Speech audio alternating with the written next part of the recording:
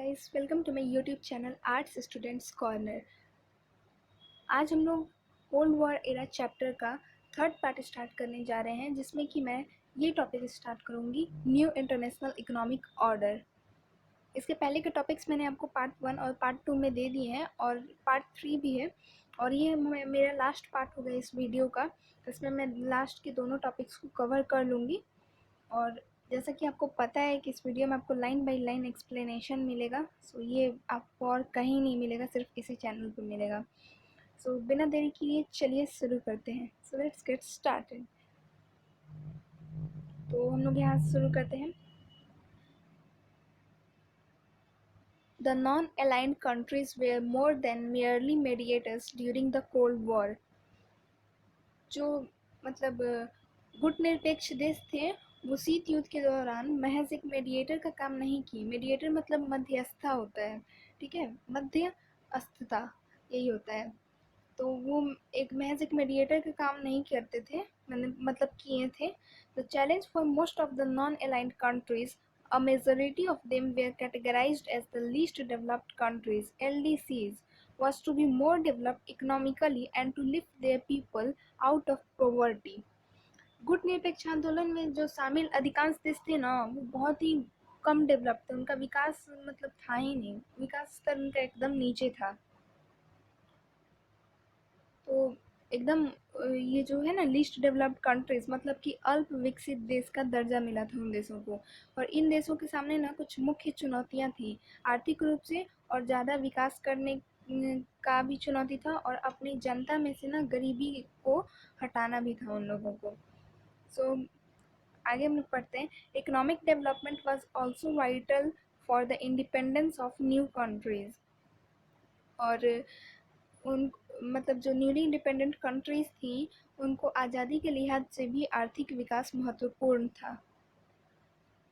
Without sustained development a country could not be truly free.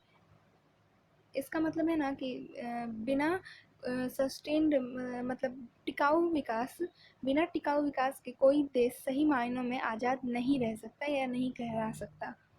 It would remain dependent on the richer countries, including the colonial powers, from which political freedom has been achieved. उसे ना मतलब जो newly independent countries हैं, या फिर जो जिनकी हम बातें कर रहे हैं कंट्रीज़ की, जो बिना टिकाऊ विकास के कोई देश सही मायनों में आज़ाद नहीं रह सकता, उसी कंट्रीज़ का कि उन्हें धनी देशों पर निर्भर रहना पड़ता था। और इसमें वह भी देश शामिल हो सकता था ना जिससे अभी अभी उनको आज़ादी मिली हो। जैसे कि इंडिया को ब्रिटेन से आज़ादी मिली थी, तो हो सकता था कि वो उसको ब्रिटेन पर ही निर्भर रहना पड़ सकता हो, इसीलिए। अब आगे पढ़ते हैं हम लोग यहाँ पे। The idea of a new international economic order (NIEO) originated with this realization. इसी समझ से नव अंतरराष्ट्रीय आर्थिक व्यवस्था की धारणा का जन्म हुआ। The United Nations Conference on Trade and Development (UNCTAD), ये सब फुल फॉर्म्स याद कर लीजिएगा, ये वन वर्ड क्वेश्चंस में आ सकते हैं। Brought out a report in 1972 entitled Towards a New Trade Policy for Development. 1972 में संयुक्त राष्ट्र संघ के व्यापार और विकास से संबंधित सम्मेलन United Nations conference on trade and development में towards a new trade policy for development शीर्षक से एक रिपोर्ट प्रस्तुत किया गया। The report proposed a reform of the global trading system so as to, और उस रिपोर्ट के शीर्षक में उस रिपोर्ट में ना वैश्विक व्यापार प्रणाली में सुधार का मतलब प्रस्ताव रखा गया। और उसमें जो प्रस्ताव रखे गए ना, वो ये हैं 4 पॉइंट्स जो आप देख सकते हैं, 1 2 3 4, यही है। इनको जरूर याद कर लीजिएगा, ये बहुत इंपॉर्टेंट है और ये क्वेश्चन में आते रहते हैं। तो फर्स्ट पॉइंट है हमारा, give the LDCs control over there natural resources exploited by the developed western countries. जो अल्प विकसित देश थे ना, उनको अपने प्राकृतिक जो संसाधन थे उन पर नियंत्रण प्राप्त चाहिए था, मतलब नियंत्रण चाहिए था। और पहले जिनका संचालन ना विदेशी और पश्चिमी विकसित देश करते थे, अब उनको अपने रिसोर्सेज पे अपना चाहिए था उनको नियंत्रण। दूसरा क्या था पॉइंट उसमें, obtain access to western markets so that the LDCs could sell their products and therefore make trade more beneficial for the poorer countries. अल्प विकसित देशों की पहुंच पश्चिमी देशों के बाजार तक होनी थी। वे अपना सामान बेच सकेंगे और इस तरह गरीब देश के लिए यह व्यापार फ़ायदेमंद होगा। तो पहले क्या था ना कि जो लो डेवलप्ड कंट्रीज़ थी ना, वो पुअर कंट्रीज़ थी, वो सब बेच ही नहीं सकती थी सामान। तो वो लोग क्या थे ना कि विदेशी मार्केट में अपना सामान नहीं बेच सकते थे, तो अब उनको चाहिए था कि हम विदेशी मार्केट में भी अपना सामान बेचें, जिससे कि हमारे हमारे लिए फ़ायदा होगा, हमारा थोड़ा इकोनॉमिक कंडीशन सुधर जाएगा। थर्ड पॉइंट देखते हैं, थर्ड पॉइंट क्या है।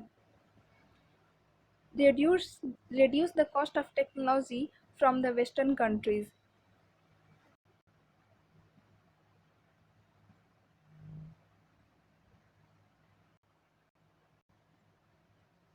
Reduce the cost of technology from the western countries. तीसरी मांग उनकी क्या थी ना कि पश्चिमी देशों से मंगाई जा रही जो भी प्रौद्योगिकी थी ना, यानी कि टेक्नोलॉजी, जैसे कि कुछ मिलिट्री के लिए सामान या फिर कुछ न्यूक्लियर हथियार या फिर कोई टाइप के भी हथियार या टेक्नोलॉजी से रिलेटेड कुछ भी, उनकी लागत कम की जाए हम लोगों के लिए, मतलब कि जो लोअर डेवलप्ड कंट्रीज़ थी उनके लिए, लीस्ट डेवलप्ड कंट्रीज़ जो थी। और चौथा पॉइंट है हमारा, provide the LDCs with a greater role in international economic institutions. चौथा उनको क्या था ना कि अल्प विकसित देशों की अंतर्राष्ट्रीय आर्थिक संस्थानों में भूमिका बढ़ेगी। जैसे कि वर्ल्ड बैंक में उनको अपना एक रोल चाहिए था, पहले उन लोग को रोल नहीं मिला हुआ था बिकॉज क्योंकि वो लोग आज़ाद नहीं थे, तब उनको चाहिए था कि ऐसे ऐसे जो इंटरनेशनल इंस्टीट्यूशंस हैं उनमें हमें अच्छा खासा रोल मिले। ओके, तो ये उनकी कुछ 4 पॉइंट्स थी, 4 मांगे थी न्यू इंटरनेशनल इकोनॉमिक ऑर्डर में। अब हम लोग आगे बढ़ते हैं, आगे के पैरा में ग्रेजुअली से जो स्टार्टेड है, और इसका हम लोग लाइन बाय लाइन मीनिंग करेंगे। और मैं कोशिश कर रही हूँ ना कि थोड़ा जल्दी जल्दी बोलूँ, तो अगर आप लोग को नहीं समझ आया तो आप लोग वीडियो का स्पीड स्लो डाउन करके देख सकते हैं, नहीं तो मेरी आदत है एक्चुअली थोड़ा जल्दी जल्दी बोलना, तो आप लोग समझ सकते हैं, इतना भी मैं फास्ट नहीं बोलती। चलिए अब बिना देरी किए शुरू करते हैं आगे जल्दी जल्दी, और जल्दी जल्दी लाइक कर दीजिएगा और शेयर भी कर दीजिएगा, सब्सक्राइब भी कर दीजिएगा। चलिए शुरू करते हैं। Gradually, the nature of non-alignment changed to give greater importance to economic issues. तो धीरे धीरे क्या हुआ ना कि गुट निरपेक्षता की प्रकृति धीरे धीरे बदली और इसमें आर्थिक मुद्दों को अधिक महत्व दिया जाने लगा। In 1961, at the first summit in Belgrade, economic issues has not been very important. Belgrade में हुए पहले सम्मेलन जो कि 1961 में हुआ था, उसमें ना आर्थिक मुद्दे ज़्यादा महत्वपूर्ण नहीं थे। और फिर by the mid 1970s they had to become the most important issues. और सन 1970 के दशक के मध्य तक आर्थिक मुद्दे प्रमुख हो उठे। और फिर by the late 90s however, नहीं एक लाइन छूट रहा है, sorry. As a result NAM became an economic pressure group. और इसके परिणाम स्वरूप गुटनिरपेक्ष आंदोलन आर्थिक दबाव समूह बन गया। और फिर है by the late 1980s, however, the NIEU initiative had faded, mainly because of the stiff opposition from the developed countries who acted as a united group while the non-aligned countries struggled to maintain their unity in the face of this opposition. तो सन 1980 के दशक के उत्तरार्ध तक जो newly independent countries थी, यानी कि जो नौ अंतर्राष्ट्रीय आर्थिक व्यवस्था को बनाए चलाए रखने के प्रयास मंद पड़ गए। इसका मुख्य कारण था ना कि विकसित देशों द्वारा मतलब इसका विरोध हो रहा था बहुत ज़्यादा, और विकसित देश एक सुर में विरोध कर रहे थे, जबकि गुट निरपेक्ष देश जो थे ना, इसके विरोध के बीच बीच अपनी एकता बनाए रखने के लिए जी तोड़ मेहनत कर रहे थे। मतलब कभी कभी उनकी एकता एकदम स्टेबल नहीं रह पा रही थी, कभी कोई अलग हो जा रहा था, कभी कुछ हो जा रहा होगा, और जो अपोजिशन था वो एकदम दृढ़ था अपने पे अपोजिशन करने में। तो ये था यहाँ पे। और अब हम लोग नेक्स्ट पेज पे बढ़ते हैं, वहाँ का हम लोग लाइन बाय लाइन मीनिंग समझेंगे। सो यस, हमारा वो टॉपिक खत्म हो गया, न्यू इंटरनेशनल इकोनॉमिक ऑर्डर। ये है हमारा third topic, India and the cold war, second topic. और ये है हमारे इस चैप्टर का लास्ट टॉपिक। और बगल में आप देख सकते हैं फाउंडर फिगर्स ऑफ नैम दिए हुए हैं, एक और है, और पीछे 4 दिए हुए थे, total 5 founder figures of NAM है, तो ये भी पढ़ लीजिएगा, इंपॉर्टेंट है। अब चलिए शुरू करते हैं, India and the cold war. As a leader of NAM, India's response to the ongoing cold war was twofold. At one level, it took particular care in staying away from the two alliances.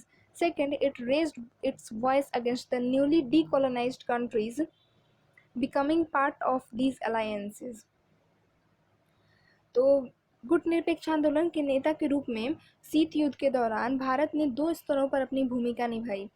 एक स्तर पर भारत ने ना सजग और सचेत रूप से अपने को दोनों महाशक्तियों की मतलब गुलामी से अलग रखा। और दूसरी, भारत ने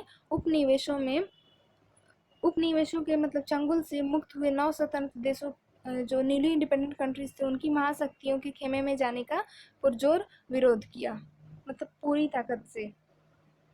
और फिर आगे पढ़ते हैं हम लोग। India's policy was neither negative nor passive. Bharat की नीति ना तो नकारात्मक थी और ना ही निष्क्रियता की, मतलब निष्क्रियता थी। As Nehru reminded the world, non alignment was not a policy of fling away. जैसा कि मतलब नेहरू जी ने विश्व को याद दिलाया था कि गुट निरपेक्षता कोई पलायन का नीति नहीं है। On the contrary, India was in favor of actively intervening in world affairs to soften Cold War rivalries.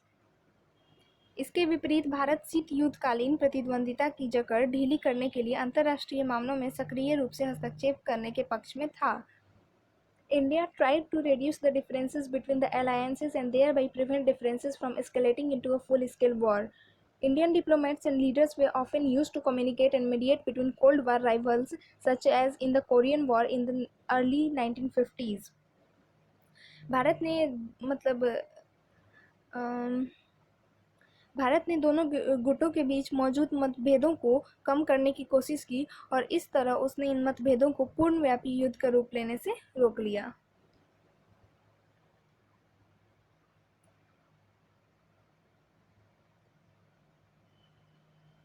And फिर जो भारत के जो नेता थे ना, उनका उपयोग अक्सर शीत युद्ध के दौर में प्रतिद्वंदियों के बीच संवाद कायम करने के लिए होता था, मीडिएटर का काम करते थे। मिसाल के तौर पर 1950 के दशक में शुरुआती सालों में कोरियाई युद्ध के दौरान जवाहरलाल नेहरू मीडिएटर का काम किए थे। नेक्स्ट पैरा की ओर बढ़ते हैं। It is important to remember that India chose to involve other members of the non aligned group in this mission.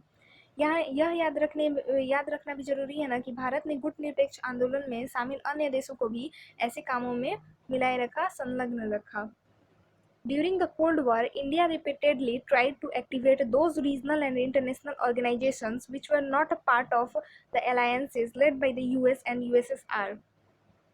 शीत युद्ध के दौरान भारत ने लगातार उन क्षेत्रीय और अंतर्राष्ट्रीय संगठनों को सक्रिय बनाए रखने की कोशिश की जो अमेरिका अथवा सोवियत संघ के खेमे से नहीं जुड़े थे, मतलब उनके ग्रुप में जो शामिल नहीं थे।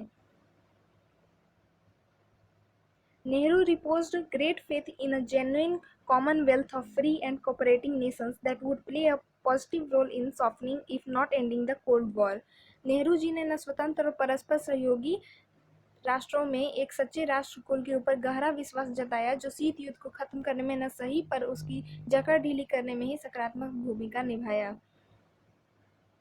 Non-alignment was not, as some suggest, a noble international cause which had little to do with India's real interest. A non-aligned posture also served India's interest very directly in at least two ways. ये जो non-aligned movement था ना, इससे India को फायदा भी होता था, उसी के बारे में यहाँ पे बताया गया है। मतलब कुछ लोगों ने माना कि गुट निरपेक्षता अंतर्राष्ट्रीयता का एक उदार आदर्श है, लेकिन यह आदर्श भारत के वास्तविक हितों से मेल नहीं खाता। यह बात ठीक नहीं है और गुट निरपेक्षता की नीति ने कम से कम दो तरह से भारत का प्रत्यक्ष रूप से हित साधन किया था, मतलब दो फायदे हुए थे भारत को directly. First, non-alignment allowed India to take international decisions and stances that served its interest rather than the interest of the superpowers and their allies. पहली बात तो यह थी कि गुट निरपेक्षता के कारण भारत ऐसे अंतर्राष्ट्रीय फैसले और का पक्ष ले सका जिससे उसका हित सधता होता हो, न कि महाशक्तियों और उनके मतलब जो ग्रुप के मेंबर्स देश थे उनका। दूसरा था, India was often able to balance one super power against the other. If India felt ignore और unduly pressurized by one superpower, it could tilt towards the other. Neither alliance system could take India for granted or bully it. दूसरा, भारत हमेशा इस स्थिति में रहा कि एक महाशक्ति उसके खिलाफ जाए तो वह दूसरी महाशक्ति के करीब आने की कोशिश करे। अगर भारत को महसूस हो कि महाशक्तियों में से कोई उसको अनदेखी कर रहा है या कोई अनदेखा कर रहा है तो अनुचित दबाव डाल रहा है, तो वह दूसरी महाशक्ति की तरफ चला जाता था, मतलब दूसरे के मतलब रुख कर लेता था। दोनों गुटों में से कोई भी भारत को लेकर ना तो बेफिक्र हो सकता था और न ही धौंस जमा सकता था। India's policy of non-alignment was criticized on a number of counts. Here we may refer to only two criticisms. Bharat की गुटनिरपेक्षता की नीति की कई कारणों से आलोचना की गई। हम यहाँ ऐसी 2 आलोचनाओं की चर्चा करेंगे। यहाँ पे वो 2 आलोचना दी हुई हैं, ये सब बहुत इंपॉर्टेंट है, आप लोग ध्यान से पढ़िएगा प्लीज़।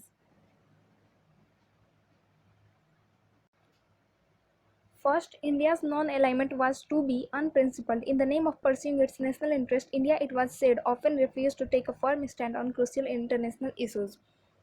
आलोचकों का एक तर्क यह था कि भारत की गुटनिरपेक्षता सिद्धांत विहीन है। कहा जाता है कि भारत अपने राष्ट्रीय हितों को साधने के नाम पर अक्सर महत्वपूर्ण अंतर्राष्ट्रीय मामलों पर कोई सुनिश्चित पक्ष लेने से बचता रहा।